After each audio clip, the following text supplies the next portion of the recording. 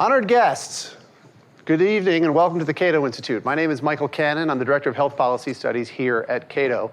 And tonight we're here to talk about a problem that's not reported on often enough. It's the problem of medical errors. It is estimated that in the United States, every year, as many as 400,000 patients die from preventable medical errors. We don't hear about this very much in the news. It's not a high-profile health policy issue, I think mostly because when this happens, when someone dies from a hospital-acquired infection, when someone dies from a medication error, it's very rare that you will see a story about it in the paper the next morning, or even the next week or the next month. Healthcare being so complicated, it's very difficult often to determine whether it was a medical error that led to an injury or to a patient death.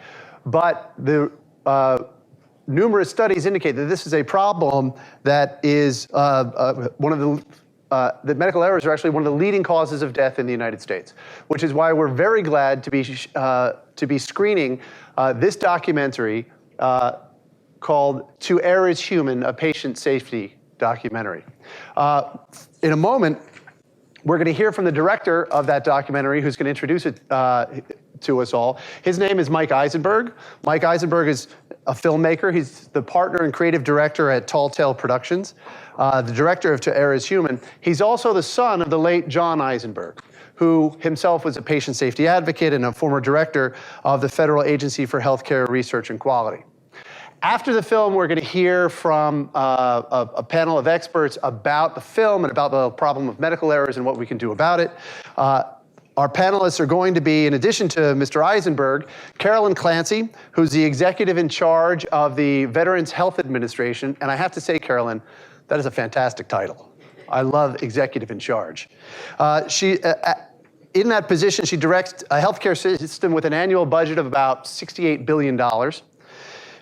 And she's held other posts at the Veterans Health Administration, and for 10 years was the director, again, of the Agency for Healthcare Research and Quality. She herself is a longtime patient safety advocate and is featured in the documentary we're going to see. Also, on our panel is going to be David Hyman. David Hyman is a physician. He's a professor of law at Georgetown University Law Center. He is an adjunct scholar here at the Cato Institute and the co-author of, most recently, this book, Overcharged: Why Americans Pay Too Much for Healthcare, which tackles, among other issues, the problem of low quality and even harmful care in the United States, and is available for sale in the foyer. With that, I will turn things over to Mike Eisenberg, who will introduce the film for us. Mike? Well, thank you all for being here. I'm sure a lot of the comments I make that will be of most interest will be after the film, so just a brief introduction for you now. We really started this project in earnest 3 years ago when my mother shared another article that we kind of became an annual tradition that AHRQ might be defunded. Given my dad's role as the director of that agency, obviously we have some vested interest in its success, but we also understood in our core what it was really there to do and what my father was most passionate about, which was improving the quality of healthcare for everybody in America, but doing so through research and evidence-based medicine. So that aside, as a filmmaker, I took it upon myself to ask my teammates, Kaylee, who is here, who's the producer of the film, and Matt, who isn't here today because he's actually having a baby today, whether or not they were interested in taking on a project about patient safety. And we knew we didn't know anything about patient safety when we started. We just knew it was a topic that my father was passionate about. So we started by asking people who knew him, who were his mentees, who really were part of his life when he was working, what they thought this issue was about, what was most important to them about it. And as we started to talk to them about it, we started to realize there's a much bigger picture here than just AHRQ. And we took upon this journey that took 3 years to get to where we are now. We interviewed really everyone we could find. We really thought it was important to tell the patient's story. So what you'll see in the film is a a kind of thread of this one family that was victims of two separate events, but I won't spoil the ending of how things come out for them, but I think it's a really important story for everybody to see. So, in general, I just hope that what you get from this film is not just an understanding of patient safety, but also some ideas as a patient, what you can do to be more engaged in your own healthcare, but also when you think about what is most important in medicine today, start to understand how vital it is that we start to actually all be part of this process of improving healthcare in terms of quality and reliability. There's a lot in this movie to take in, so we'll happily discuss a lot of it afterwards, but in the meantime, just enjoy, and I'll take any questions after along with the panel. Thank you very much.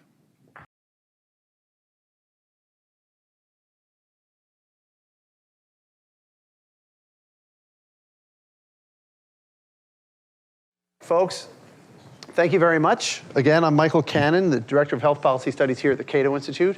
And we've already introduced our panelists to discuss the film To Err is Human, a patient safety documentary. If you're just joining us online right now, I'll go ahead and give brief introductions of each panelist. Immediately to my left is Mike Eisenberg, who is the director of To Err is Human and partner and creative director at Tall Tale Productions. To his left is Carolyn Clancy, the executive in charge at the Veterans Health Administration, who spent 10 years as director of the Agency for Healthcare Research and Quality, which is featured prominently in To Err is Human. And then at the other end is David Hyman, a Cato adjunct scholar, physician, and a professor of law at Georgetown University Law Center, and author most recently of Overcharge, which is Why Americans Pay Too Much for Healthcare, a book released by the Cato Institute this month.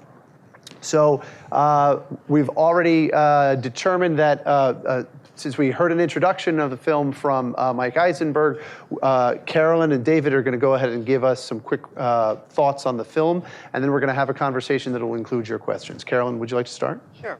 So first, I need to say to Mike that I don't think I've seen any movie 3 times in my life, except maybe for Sister Act, but there's a longer story. Not 2, though. What, Not Sister Act 2. No, I have not seen Sister Act 2, just the first one. The first and the original. Anyway, but I could probably see it 3 more times and probably more than that.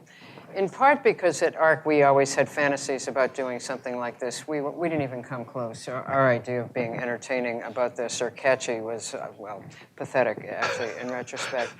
I think what also got me was how the story of the Sheridans is woven through, and it gets to me for 2 reasons. Number one is, if you're thinking about safe care, hospitals, of course, is where the opportunity is the greatest. There's something in medicine called Sutton's Law, and the aphorism is that why did they asked a famous bank robber, Willie Sutton, why do you rob banks? And he said, because that's where the money is. Well, if you think about where we've got complicated equipment and lots of opportunities for errors, that's going to be hospitals.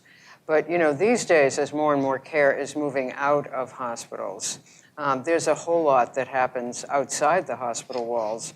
So from the earliest days of patient safety, we always had these multiple slides of icebergs. That the hospital was the tip of the iceberg. But as people are living longer and living well or not so well with multiple chronic illnesses, the opportunities for misadventure are pretty enormous. All of which means that it's hugely important for patients and families, and all of us are patients at some time, to be aware of this. And a lot of this really hit home for me about a year ago when I had the privilege of speaking at the Aspen Institute. Now, this is quite a glitzy affair, very an elite sort of crowd, very well educated. And I will say that Peter Pronovost and I sort of moderated this session sitting on stools, and I think most of it was a whole lot of news to this audience, who had good questions, but were also mildly horrified to hear a lot of what we were telling them. So this is a movie whose time has long since come, and I'm waiting for you to open at Sundance or Silver Ducks more locally, or any place else you can get into. So congratulations. I think it's hugely important. Very interested in what people here have to say about it. The last thing I will say is this whole issue of disclosure that Sue Sheridan talks about again and again, we know from asking people who've been harmed, what would you want? Most people want an apology, particularly if it was avoidable. They want an explanation. What happens to me now? Is this temporary? Is it permanent? And so forth. And they want to know that the institution or organization is making a commitment that they won't do it again. Now, in VA, we have this actually as policy for about a decade. And it is still very, very difficult because it's emotionally hard and something that we have to work on at all times. We've studied, the impact that it has on surgeons and so forth, but it is not something you simply tell people. So I think that building this into the earliest stages of medical training makes a huge amount of sense. So thank you for the opportunity to be here. Thank you, Carolyn. And of course, the most important line from Sister Act being, we can't leave it to the feds, right? Which brings us to David.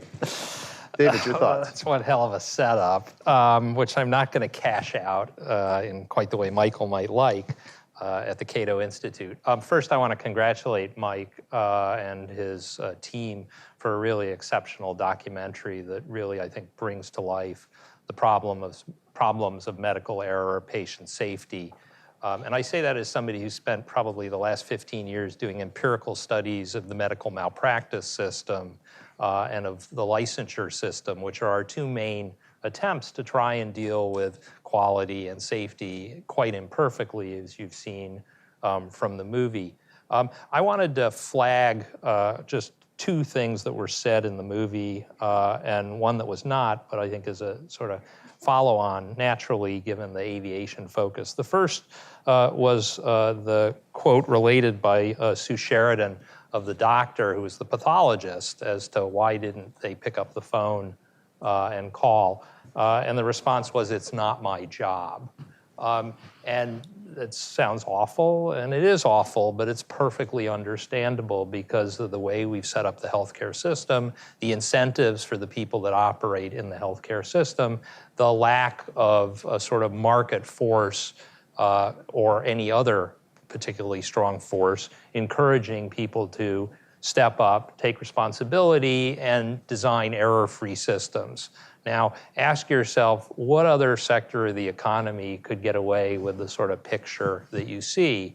And then ask yourself, well, what are the components that cause the healthcare system to operate in this way, notwithstanding wonderful people who work in the system, highly motivated people, also slackers and lazy people, right? As Gertrude Stein famously said, the problem with life is the personnel, and the healthcare system is full of people who make mistakes, and some of them are conscientious and motivated, and some of them are not. But the reality is that it's not my job attitude, or if it is my job, I can fix this problem, but I can't scale it and spread it more broadly, is the challenge that explains why 19 years after To Err Is Human came out, we're still having documentaries and panels and presentations at the Aspen Institute about how is it we keep killing 400,000 or so people every year rather than fixing it. And we can talk about that during the Q&A. The second quote was Leah Binder from the Leapfrog Institute, who said, quote, "It's amazing how quickly hospitals can overhaul their safety procedures when it finds out it matters to their patients." And that, I think, is a clue to the response to my first question, right? It's the fact that hospitals and healthcare providers have quite generally and historically viewed insurers and one another as their customers rather than the patients. And so they engage in all sorts of behavior that ensures the paperwork is done properly and the bills are submitted, but they're not paying nearly as much attention to what patients actually care about. And we can talk about that during the Q&A as well. But third-party payment, I think, is an important source of why we are seeing the kinds of things that we are, at least as we've currently structured third-party payment. The last quote I want to leave you with is I used to fly Southwest all the time. And they have smart mouth flight attendants. And one of them, after we landed, said, got on the mic and said, "You've just completed the safest part of your journey. Please drive carefully going home." And that's exactly right, right? So ask yourself the question of why is it that the aviation industry has that commitment to safety and has had that success rate when healthcare has lagged, I think, for a variety of reasons, some good, some not good at all. Some, when we pay more to people when they commit errors, we shouldn't be surprised that they lack enthusiasm for fixing those errors. So lots of things for us to talk about in the Q&A, but in closing, I want to reiterate, I think this is a wonderful documentary, and I have seen Carolyn's agency's attempts at motivating people. There's a video called Questions Are the Answer. Screen these two head to head, I think Mike comes out way ahead. Mike, do you have anything you'd like to add? No, well, I mean, one thing that kind of sprung to mind was a previous screening we did during the panel. Somebody had actually made a comment about aviation that reminded me of, that pilots are the first at the scene of an accident. And that's one of the reasons why aviation has taken such strides in safety. They're, in many ways protecting their own. And that's not to say that that's an answer to any of the problems that we see in healthcare, but it is, I think, another interesting kind of line to consider when we ask ourselves, why is aviation working so hard? There are a number of reasons, but one I think that's very keen is the idea that pilots are the first at the scene of the accident. We have to figure out a way to make healthcare a team sport so that those who provide care feel like they are there along the way in the process when harm occurs, so that there's personal stake in that game for them as well, beyond just protecting any sort of litigation or career aspects, which we've seen. So I want to echo what Carolyn and David have said. This is a fantastic documentary. I mean, people who wrestle with these issues and try to make them salient to people have such a hard time doing it, and I think you've done it really masterfully. I want to start off with one question, and then I'll turn to the audience. For this question, I've got a couple of images that we're going to scroll through. If you could back up to the first one. The title of the film is To Err is Human. That's actually a Latin proverb. I think it comes from Seneca. The full proverb is, "But to persist in error is diabolical." I thought it fitting that we have David on the panel here. He knows a little something about the diabolical, having written a book for the Cato Institute, if you go to that next slide now, called Medicare Meets Mephistopheles. It is a satire about health policy. Yes, the two can happen together. And it proceeds, the device that he uses in that book is, he writes it as a letter from a junior demon reporting back to Satan on Medicare's success as a recruitment tool. And one of the issues that he covers there, I have tenure. one of the issues that he covers in this book is medical errors and low quality care. Now, even before this book, however, if we can go to the next slide, we've been seeing things like this from, well, that's not how it's supposed to look. We've been seeing, we've been aware of this problem, which is highlighted in a report to Congress from the Medicare Payment Advisory Commission. The report is dated June 2003. And these are the economists and others who advise Congress on how Medicare should pay healthcare providers in order to get better, lower cost, higher quality healthcare. And what they point out in this report back in 2003 is the payment system in Medicare is usually neutral or even negative toward quality, and that at times providers are paid even more when quality is worse, such as when complications result as due to error. That's because Medicare operates on a fee-for-service payment system. So if a physician does something that injures a patient, they get paid for that initial service, but then they also get paid for the follow-up services in order to pay to correct that error, to the extra days in the hospital for a patient to overcome a hospital-acquired infection, and so forth. And so if we go to this last slide, we have this situation where, and this is an article from Vox Sarah Cliff was still at the Washington Post in 2013, that highlight the problem this sort of payment system creates. The Medicare's fee-for-service payment system and other payment systems, which is that if hospitals injure patients, they actually get paid more than if they provide higher quality care.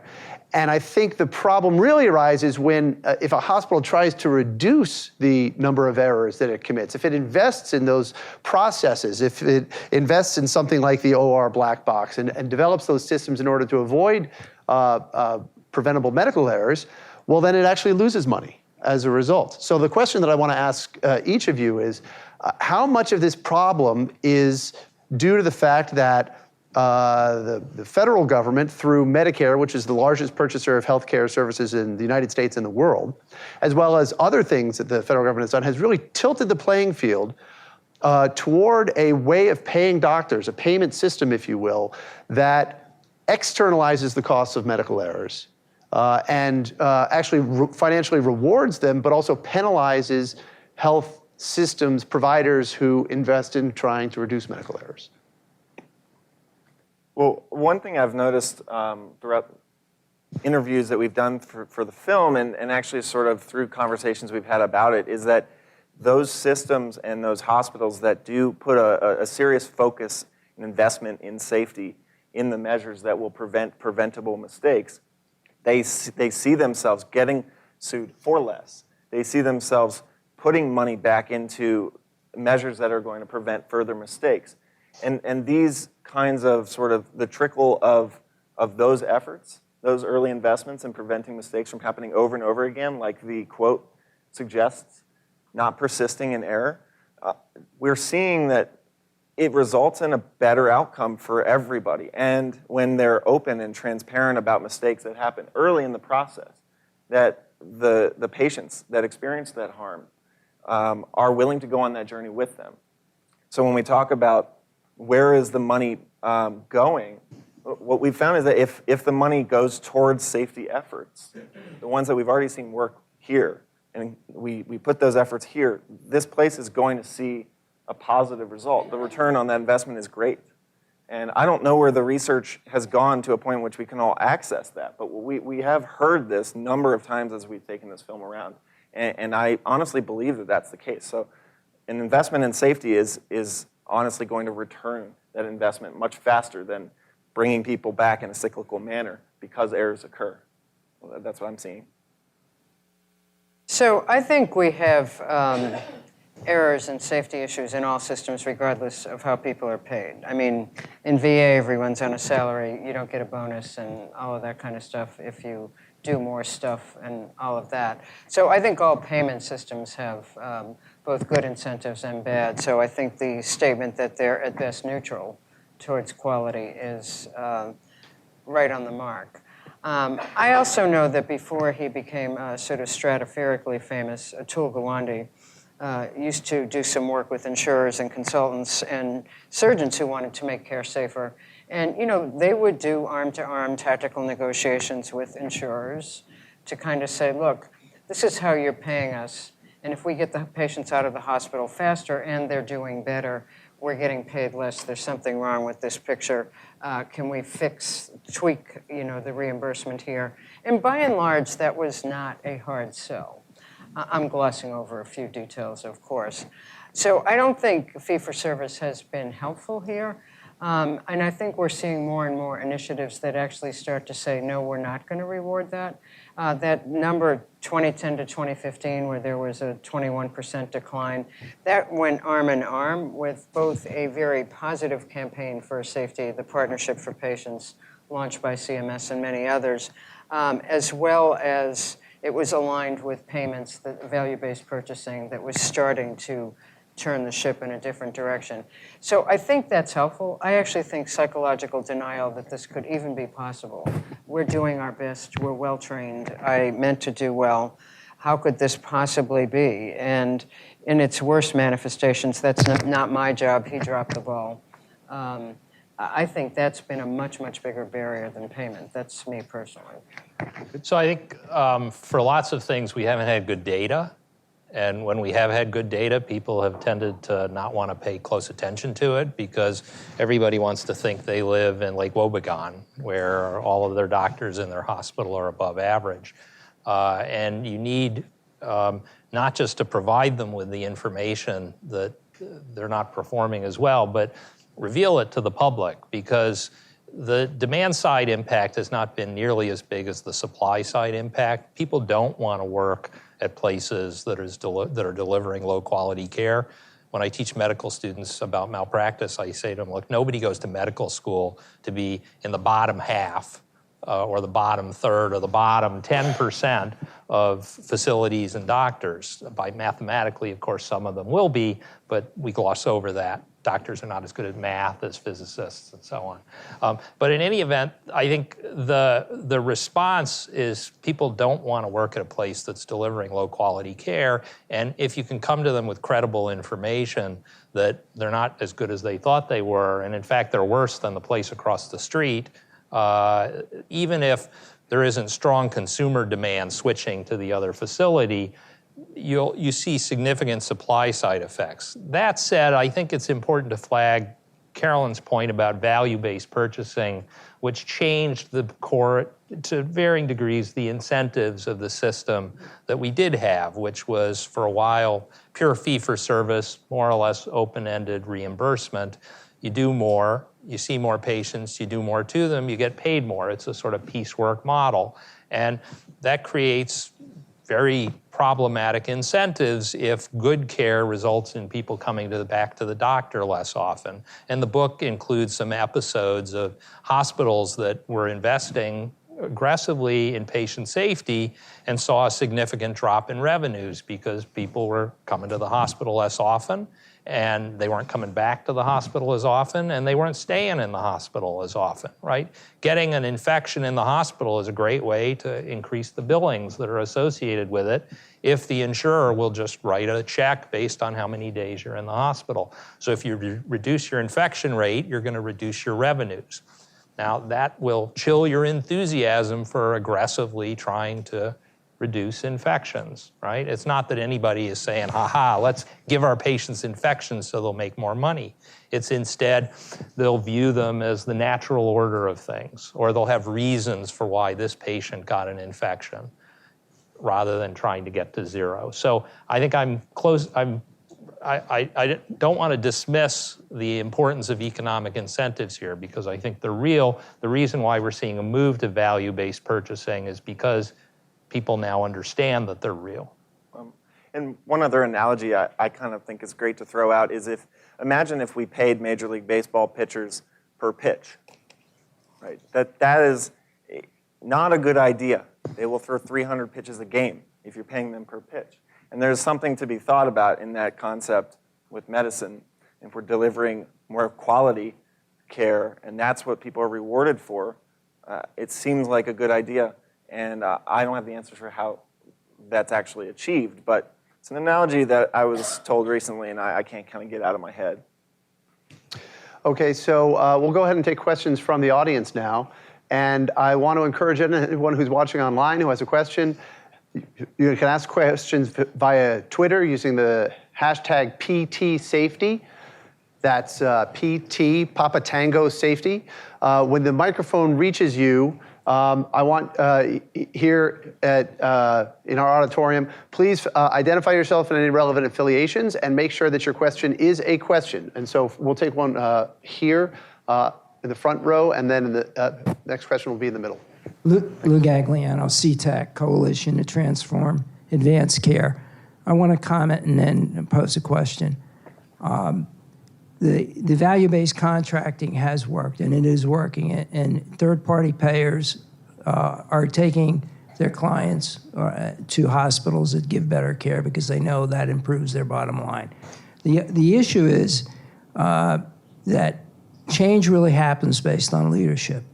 And when I looked at some of the macro programs that have brought attention to infection rates, and you look at the hospitals that have changed their patterns, it has really driven change. So the question is, isn't this all about having the data, measuring doctor performance, issues about bad surgery, and having leadership at the local levels pay attention to it, and then having those who pay for it react by sending patients to where better care is given?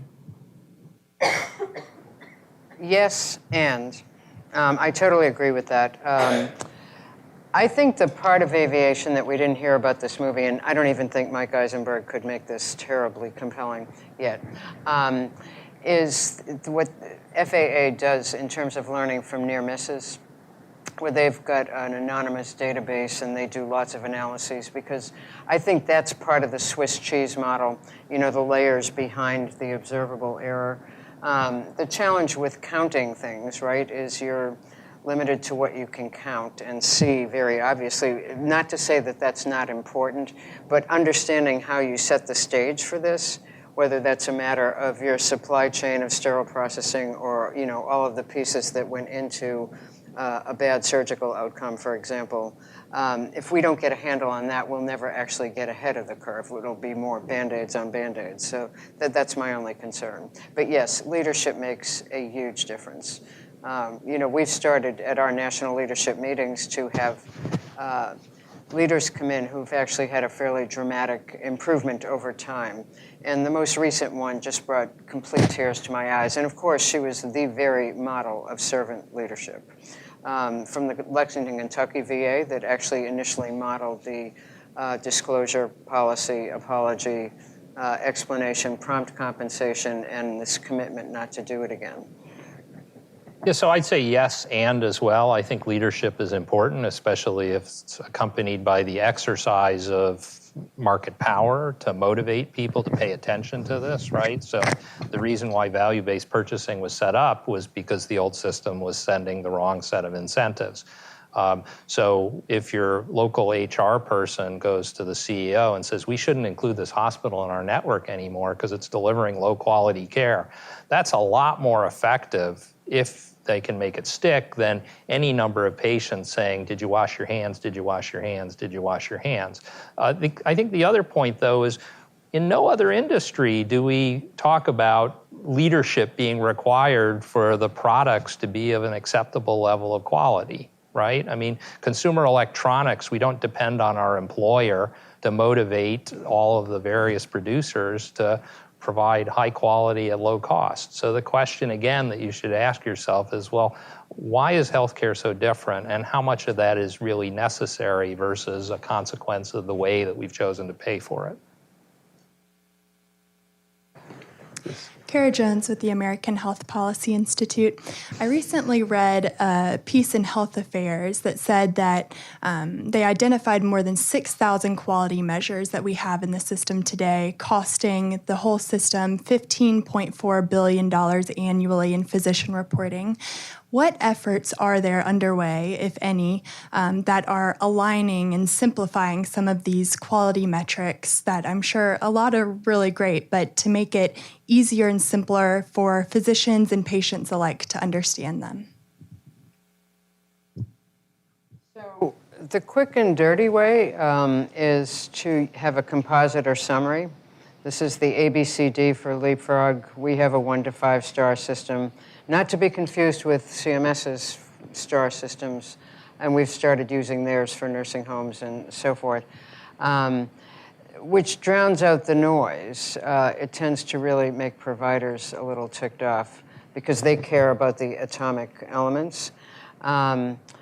I think the question is one of the biggest challenges we have right now, because I'll tell you right now, having produced an annual report to the Congress on the state of quality in America, anytime you go out and ask, gosh, which of these measures can we lose? No answers, radio silence. Everyone wants more measures. So when CMS has retired measures, it's brute force because people want to keep the ones that everyone does well in and so on and so forth. So that's the kind of underbelly of transparency. I can live with that, but I don't think it's going to be that hard. I think ultimately a bigger trick is going to be to get it so that it's more salient for patients. If you have breast cancer, for example, and want to know about very specific features of a journey with breast cancer in terms of where to get care, you probably don't want to hear all that much about testicular cancer or other conditions that you don't have. And right now, information is not set up for the public to do that. I just quickly add, this is similar to the problem with benefit mandates, which is all of them come in because there's somebody who thinks it's a good idea, and then status quo bias makes them very hard to get rid of. But I certainly want to echo the problem of making these salient to ordinary consumers. If we want either a supply side or a demand side effect, we need measures that actually make sense, that map onto something that patients actually care about, and that are salient. And I think we got a long way to go on all of those measures. Okay. Sir? Emmanuel Bonilla with the American Society of Anesthesiologists, and my shameless plug is that in To Err is Human, there's a very nice section about what anesthesiologists have done over the past 30 years to improve patient safety. It's also in this book, by the way. In this book as well. And even to this day, we operate our closed claims project, which looks at closed liability claims to see what physicians can learn from errors that occurred. My question is, I was intrigued by this surgical black box, and I'm wondering if any of you know anything more about that, and what is the chances that that's going to be coming to the U.S. more broadly? Well, we've kind of stayed in good touch with Theodore, who you saw in the film. And right before, actually last week, we updated that end tag where it says that the surgical black box that he's designing is now adapted into 10 different hospitals, and 10 more are coming. Last we heard from him, the American College of Surgeons was working on something. So, he is working very hard to make sure that that design is being implemented as far as he can reach. And what I think is really important about it, because, every single surgical theater should have it, ideally. There's a whole list of reasons why they might not be able to or why they don't. But what I think is really fascinating about that surgical black box, the OR black box, is that they're not using it as a tool to catch surgeons making mistakes or catch them in the act, right? It's not a litigation tool. It's a learning tool. And it's used to compile data in a compelling way so that people who don't even have the black box can use that data. So whether or not it ends up in every hospital is actually less important if this is, if we're talking about the one that we see in the film, than finding a way to use that data that is compiled and applying it everywhere else. And that's what patient safety, to me, is really all about. It's not necessarily finding some specific thing that every single doctor has to do every time they ever do anything, but actually finding ways to get the information to them so that they can do it without having to wait 20 years for their own hospital to put that in place. That's what I'd like to see. So when it comes to the surgical black box, they are making strides, and they're not the only ones doing that. But I think there's a long way to go. David, Carolyn? Yeah, I looked up the black box. I don't have Mike's confidence that it belongs to be spread more broadly. I think that remains to be seen. I need to know a little bit more about it. I think the important point about it is it's an input rather than an output measure, right? And so maybe it's an important input, and maybe there are better inputs, and maybe focusing on inputs rather than outputs is what's gotten us into this situation, and we shouldn't be adding more inputs unless we can really show how they have an impact on outputs. And what we want are people to survive the surgery and have a good outcome and not have an infection, and for the surgery to be done on the right person in the right way. And I think it's an open question what the optimal way of doing that is, but I think it's pretty clear the way we're doing it leads to more errors than we should be tolerating. So I think, for me, the delicate balance, it's hard to watch it as it's filmed here without finding it very compelling. I love it. You see those graphs, and he does allude to the fact that there's a lot of analytics behind it, but it sounds like it comes right out of the box, like Google. And the question is how that information would ultimately be used. Every time I see people collecting information in videos on simulation, even just for teaching and learning, the next thing you get is an explanation about whether they store the videos, can they be sued over it, and so forth. So, at the right after the Institute of Medicine report, there are people who also want the NTSB to come marching, or something like it, to come marching into hospitals. For some situations, I'd say that's probably a good idea.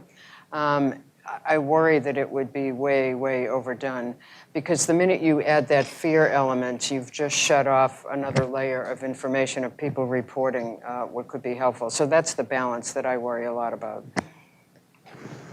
In the middle, in the back, on the aisle, in the red.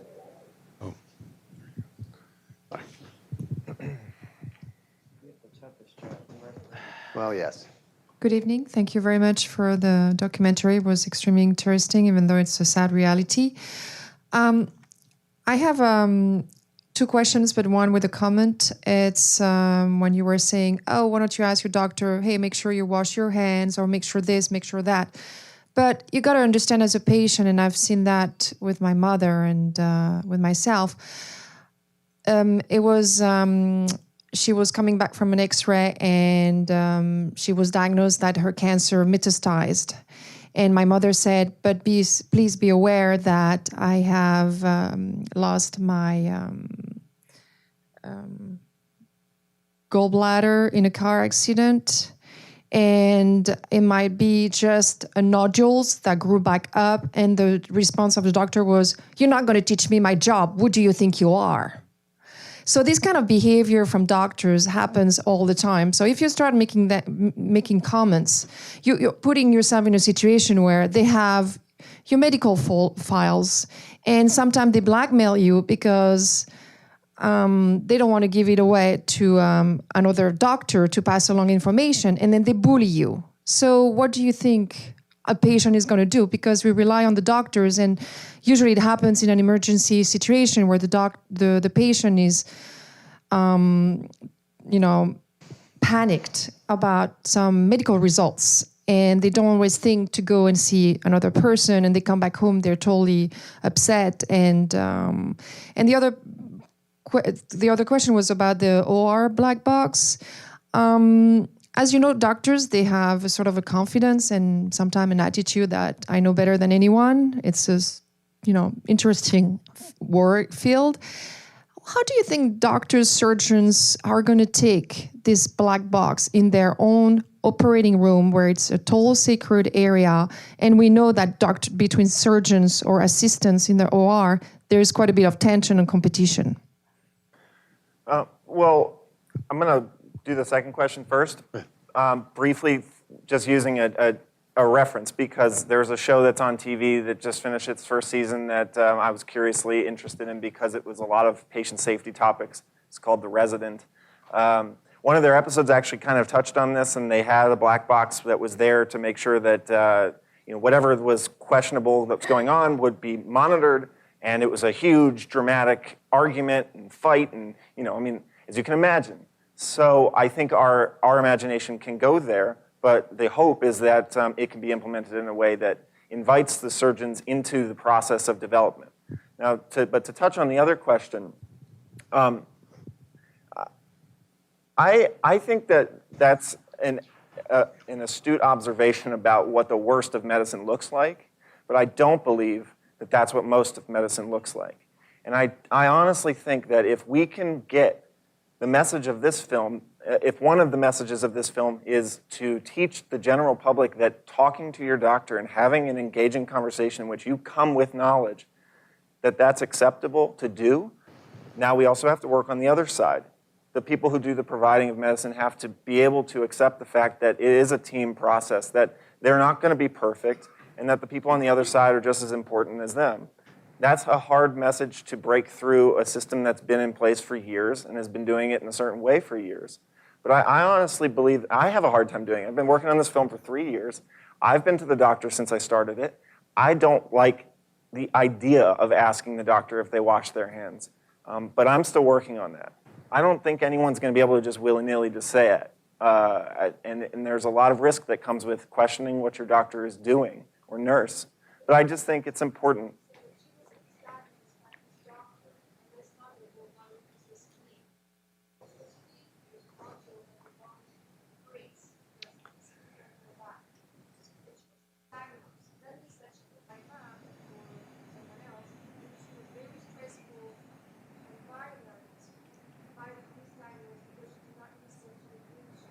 Right. And that's not what we want to hear anybody in medicine say, right? We don't want to hear anybody in medicine say, that's not my job. We don't want to hear anyone in medicine say, I know more than you. You may, But is there a way to communicate that differently? And I think that one of the things we feature in the film is the training of doctors, of physicians, of how to talk to a patient when an error occurs. And that can be done in a variety of different ways, and it doesn't cost $8 billion in a new facility to teach the next generation of doctors how to communicate to patients in a respectful and collaborative way. And every doctor, nurse, every clinician should do that. And I think we'll all have safer, better care if it happens. Okay. Sir, in the middle, and then on the left over there, please. Roy Timpe. Question, like we talked about unintended consequences of government policy with respect to the way Medicare reimburses. And I'm curious what people's thoughts are on unintended consequences on malpractice public policy. For example, in Pennsylvania, if it can be quantitatively measured, Pennsylvania defines malpractice as being 3 standard deviations away from the mean, if the result is a quantitative thing. And at first blush, that sounds reasonable, but it gives the medical community the perverse incentive to increase the standard deviation. Right, because if you have the doctor that is performing out here where he always fouls it up a little bit, he's creating more buffer for the bulk of the people in the middle. A more safety margin, if you follow what I mean. So it makes me wonder, I don't have knowledge about the other 50 states or possible unintended consequences, but what people's thoughts are on unintended consequences of public policy with respect to malpractice. How about the professor who's been studying this for 15 years? Medical malpractice is full of unintended and some intended consequences. Whether it's the good news or the bad news, paid claims have been declining steadily for the last 20 years, mostly because the smaller claims have fallen out because the costs of bringing them are high relative. The risk-reward ratio just doesn't make much sense. That's bad for negligently injured patients, good for healthcare providers. But I don't think you should go to some vast conspiracy among doctors to engage in bad treatment so that if something bad happens and they get sued, then they're all in it together. The collective action problems are such that I don't think that's particularly plausible. And I'm quite cynical about healthcare, but I'm not remotely that cynical. So I think you should have many other things that you should be concerned about before you get to that, right? If you're concerned about medical malpractice, you should be concerned about the fact that people who don't suffer devastating injuries, they can't find a plaintiff's lawyer to take their case because it's just not remotely worth pursuing for most patients. I think that should be a much higher and more salient problem. And Caroline, I'm sure, does not want to talk about malpractice. So, Why is that? Because all of the doctors who work for you don't want you to talk about malpractice. No, I wouldn't say that. Believe it or not, you actually can sue the federal government, so I thought I'd put that myth to rest. The biggest problem with malpractice is it really doesn't correct the problem we think it's correcting. Perversely, it may actually have an unintended but positive impact on the kind of bullying behavior the last questioner raised, which I think is totally unacceptable, and increasingly docs are being punished for that kind of behavior. It's no longer considered just acceptable because you're so smart and such a good doctor. Certainly, it would not be acceptable in our system for a surgeon to behave that way, which doesn't mean that we pick up every instance of it. We know from years and years of research that a lot of the people who have really seriously bad care never sue. Yes, it's hard to get a lawyer, but they don't even think about it, right? And a lot of the people who sue, actually, you can't prove that they had negligent care, which tends to create, ill will on both sides of the equation. So other than creating closed claims that fields like anesthesia and to some extent other institutions have used as a way to learn and improve care, it's hard to argue that malpractice, the way it's currently constructed, is making a big difference. Sir? Yeah, my name is Amios Cheg. I'm the nurse consultant to the enhanced study of CDC. And I'm sorry, but I wanted you to be a little bit more nurse centric in your film, because we are basically the one, not me. I touched the patient during the dinosaur times, but basically we are the most in touch and most close to the patient care, number one. Number two, I don't know if you didn't have time or you wanted to look at the bigger pictures. There are a whole bunch of covariates that you completely did not focus on, such an issue of physicians being very fatigued, such an issue of tremendous amount of patient care that need to be taken care of by few nurses. And a third, maybe a little bit softer, has to do with human engineering.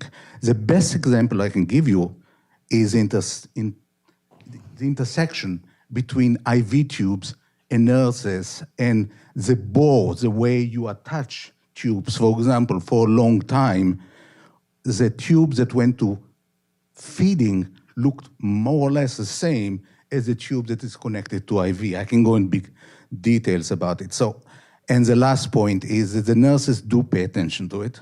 It's actually the movement within nursing, and my wife, who is a professor of nursing, can speak more about it if you give her time. Anyhow, the issue is CUSN. We are trying. There is a framework today in nursing that look at quality, safety, and nursing education. Thank you. And thank you for sharing that. I mean, honestly, as we've created the film, we started to see that, and we started to see the role that nurses have in healthcare and how incredibly vital and pervasive it is. I mean, it's everywhere, and it's not something that I was completely aware of when we started the film. It didn't necessarily drive our film. You know, there was. I think you can imagine we didn't have any active choice not to address nurses, but with incredibly limited real estate in a film, we tried to tackle things in a way that hopefully can be more generally approached so that we can start to have more specific conversations about what drives medicine and quality like we're doing today. I wish we could have done a series. I mean, if we had the resources and time to have done this in a series approach, we would have been able to have an entire episode dedicated only to what nurses are doing in this field. It would have been a really great addition. I hope that as I continue to hear things like this, I'm going to bring it with me as I bring the film around and start to share the message of what nurses' role is beyond just the 77 minutes of the film. So thank you for adding that. Yeah, I would simply say, and I say it all the time in my job, right? You don't have safe, high-quality care, particularly in hospitals, without nurses. I mean, there's a lot of hospital care for which the docs are almost a footnote. The nurses are really the main show, for sure. Sir? G'day, my name's Michael Sinnott. I'm a physician from Australia. I would like feedback on 3 of my observations that I think have slowed the acceptance of patient safety within the healthcare system. The first one is that I think there is a subtle but important difference between patient safety and patient care. As doctors, we're trained to practice patient care, which is very subtly different to patient safety, which is a team sport. And I think in the past has been people saying to a doctor that patient safety isn't good. They hear patient care is not good, they take offence and they then tune out. The second one is a thinking issue. We all appreciate how important the no-blame culture is for improving patient safety. The problem is staff safety is lagging way behind patient safety. We therefore have staff with a schizophrenic mindset.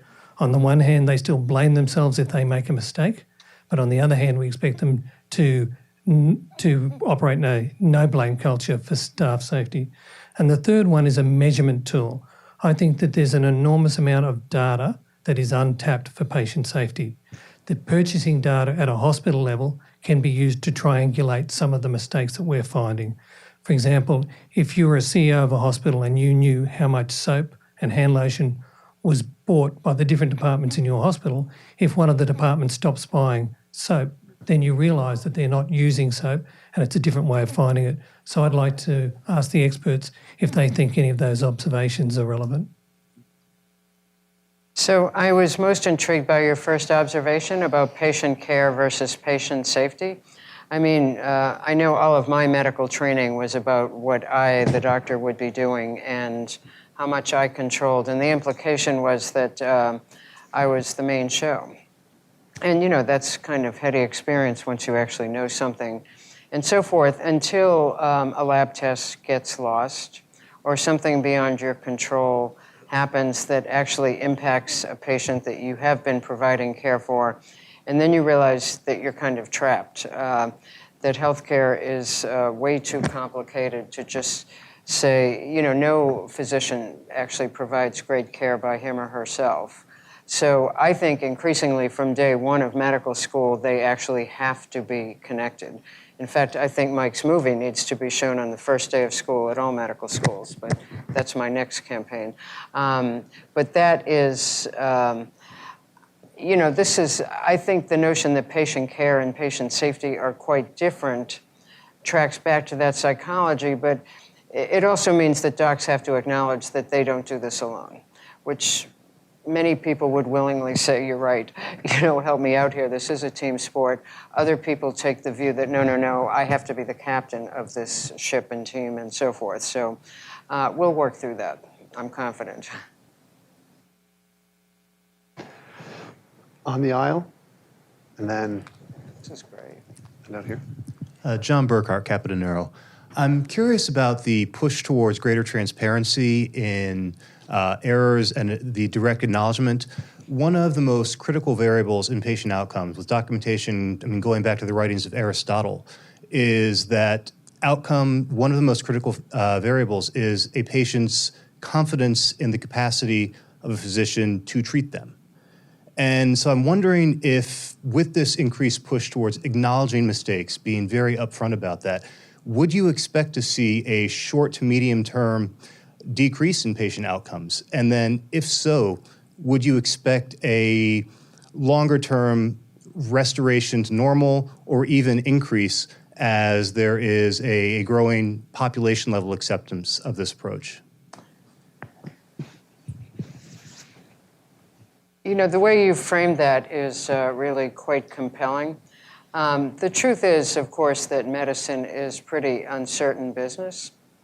And we have better outcomes when patients are asking questions, or when they're smart enough to say, wait a second, you said this would all be fine, but actually it is not fine, and so forth.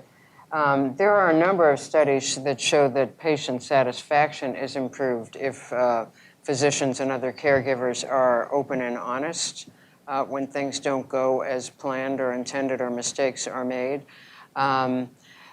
Whether that undermines that other trust factor, one could sort of argue that abstractly, that it could go either way.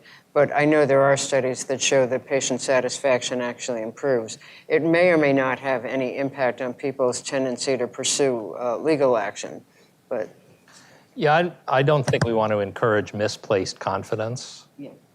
So if, more transparency allows people to more precisely calibrate the degree of trust that they ought to have, then it strikes me that's a good thing. There's almost nobody who will argue in favor of less transparency, pretty much regardless of the issue. And I would reference the University of Utah's doing something really impressive that I wish we had captured in the film, where they basically created their own system in which patients can provide their own feedback in an open platform. And unless it's derogatory of some kind, it's there and it's up. It's essentially like, their own personal Yelp, and other patients can see it. The doctors, the physicians, the surgeons can see it. And I'm sure it creates some competition for quality too, which wouldn't hurt. But at the same time, that's pretty wild to be doing as a hospital. And they've seen tremendous success. The reduction of errors is pretty clear, and there's some research on it that you can look up. I'm sorry? No, University of Utah. University of Utah.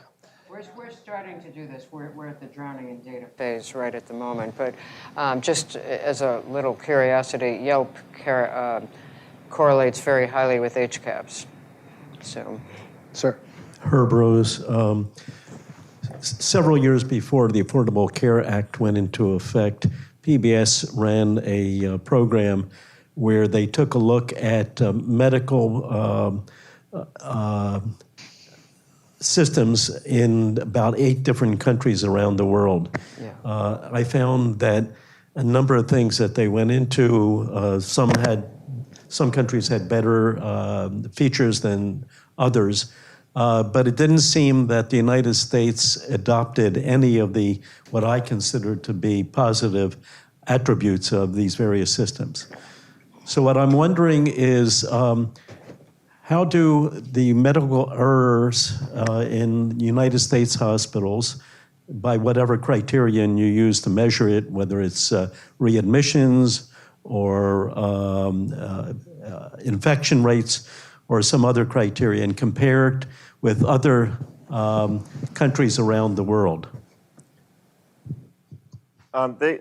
Obviously, as you can imagine, the data is not as readily available, but one of the things we didn't put in the film, but we talked to Ashish Jha about, was the relevance of error in other countries. And his work is incredible in this. He works globally. I think it's very clear that other countries, every country that delivers medicine is experiencing preventable mistakes. It happens. As you can imagine, humans make mistakes. The difference is, how do those countries, with the way that their healthcare systems are set up, address those issues? I mean, I can't speak to it personally, but I obviously have seen that some actions have been taken, and it depends on who's doing it. We saw NHS in the UK, the nurses were protesting within the last year. I forget when it was, but they were protesting for certain measures that were, in many cases, relevant to patient safety. I'm not saying that that's how it's going to work here, but every single country faces the same issues that we present in the movie. And I think you could probably speak a little further to how they might be able to address them, but, Yeah, so, a fair amount of our early safety and quality measures come off of billing data. And let's be honest, we are more expert at billing than any of these other systems, just because of multiple payers and so forth. When I was at ARC, I was part of an effort at Commonwealth to try to measure this across 5 or 7 developed countries. I'll just say it was really, really hard, because you ran into all kinds of confounders, like we do some things outpatient and they have people admitted to the hospital for it. So trying to get to a true population-based approach, which probably would have been the better way to go, is a lot harder. If we were, say, for example, looking at some outcomes for breast cancer, for us to have breast cancer patients in the hospital, they're probably sicker for other reasons than if they're in some other country. So I will say we probably hit every rock in the path without getting to a lot of enlightenment. And I think we're going to have to make that our last question.